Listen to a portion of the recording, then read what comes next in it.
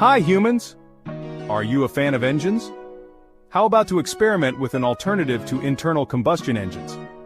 And no, it's not a steam engine. Have you ever heard about the Stirling engine? One that runs on heat? I want it.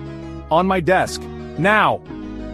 There are numerous kits, and even fully assembled engines available on the market. And here we go. An interesting vehicle kit that comes with instructions. A link where I bought it in the description. Let's see how it will work. If it works at all. I'm eager to dive into this assembly. Everything is pretty straightforward. Hot side is already assembled. This is a part that exposed to a flame. However, the manual isn't clear about some vital details. It doesn't mention how to properly position the crankshaft. After some research, I found out this is a Gamma-type Stirling engine, which has a displacer in the glass cylinder with pink ends, a power piston, the vertical metal piston, and a shared flywheel connected by a crankshaft. So, the correct phase angle for this Stirling engine is 90 degrees apart. I was wondering not only how to position the crankshaft, but also, why 90 degrees? The displacer moves air between the hot and cold areas. The power piston follows slightly later, converting the expanding and contracting air pressure into mechanical motion.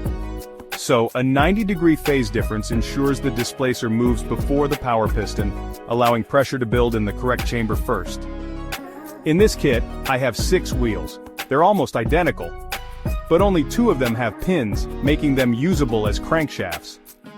Meanwhile, let's understand what should happen inside this machine to make it work. The Stirling engine follows a closed, regenerative thermodynamic cycle. Heating the air in one part causes it to expand. This expansion pushes a piston, producing mechanical work. The air then cools in another part, contracting. This contraction pulls the piston back, completing the cycle. The air never leaves the engine.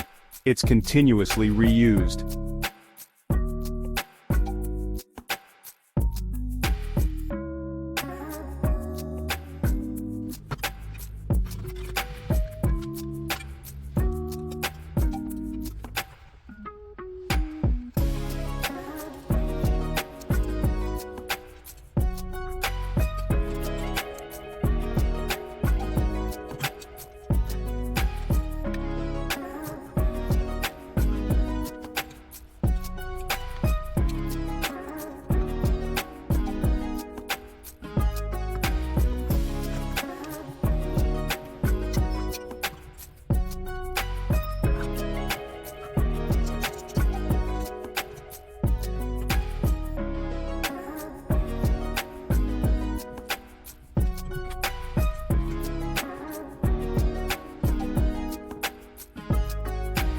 Finally! After completing the assembly, I fill the heat source with alcohol and fire it up. So, everything is ready to try to start the engine. This type of engine needs a bit of time to heat up the hot side. A few moments later, the moment of truth. I rotate the crankshaft.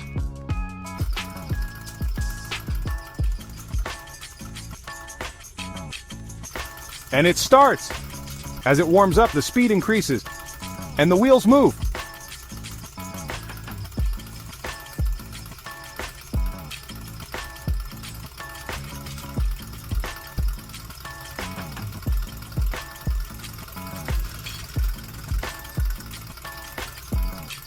It looks not very powerful, so let's see how far it can go.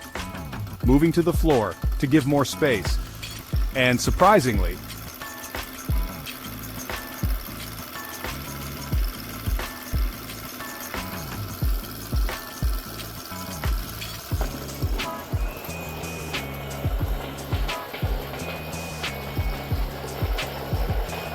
it goes pretty far on a flat surface.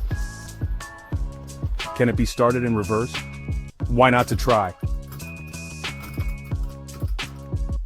And the answer is no. It only runs in one direction. Now let's try to generate energy with this engine. So, I found a small motor and replaced the wheels with it.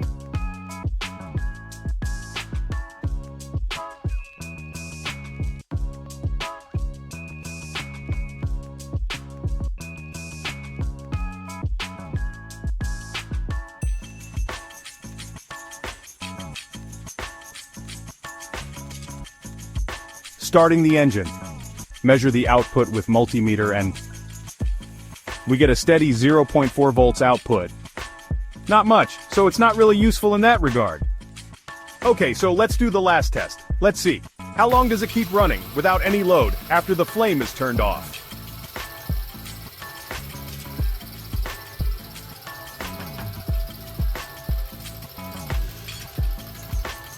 And well, it runs for around 12 seconds.